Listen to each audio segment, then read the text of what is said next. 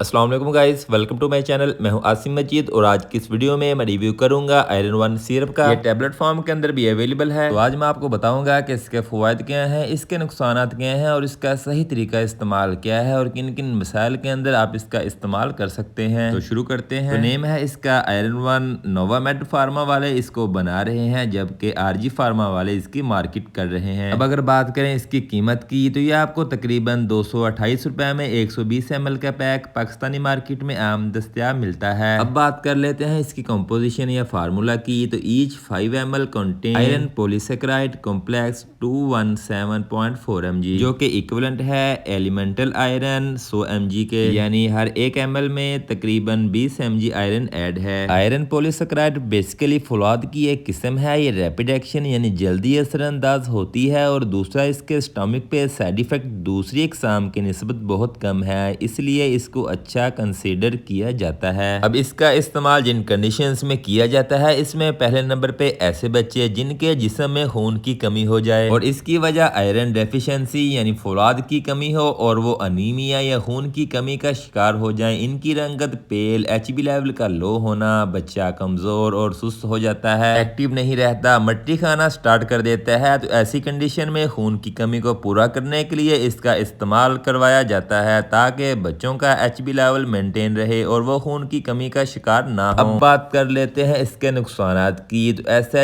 इसके कोई side effect नहीं है, अलबत्ता कुछ अफराद में पेट दर्द, उल्टी मतली की कैफियत, कब्ज और स्टूल का कलर ब्लैक हो सकता है, जो कि आयरन की वजह से होता है। इसमें परेशानी वाली कोई बात नहीं। अब बात कर लेते हैं इसके तरीका इस्तेमाल या डोजेज की। तो डोज का तयन आपके बच्चे की एज, वेट और कंडीशन के हिसाब से होगा। मेजरमेंट के लिए सिरिंज या स्पून मेजर इस्तेमाल हो सकती है। अमूमी खुराक की बात करें तो 3 mg से 6 mg तक पर kg के हिसाब से डोज होती है। इसका हिसाब कुछ यूं होता है कि फॉर एग्जाम्पल अगर आपका बच्चा 10 किलो का है तो इसको मल्टीप्लाई कर लें 6 के साथ, तो वो 60 mg बन जाएगा। तो ईच 5 ml कंटेन 100 mg, तो 100 mg को तकसीम कर लें 5 पे, तो ईच 1 ml 20 mg आएगा। तो 60 mg 3 ml बनेगा। तो 3 ml एक दफा की डोज होगी। खाने से पहले या फौरन बाद यूज किया जा सकता है, मगर एंटीबायोटिक के 2 घंटे बाद या पहले इसको इस्तेमाल करें। तो ये सब इंफॉर्मेशन थी आयरन वन सिरप की। उम्मीद है आपको वीडियो पसंद आई होगी। अपना ख्याल रखिएगा। अल्लाह हाफिज।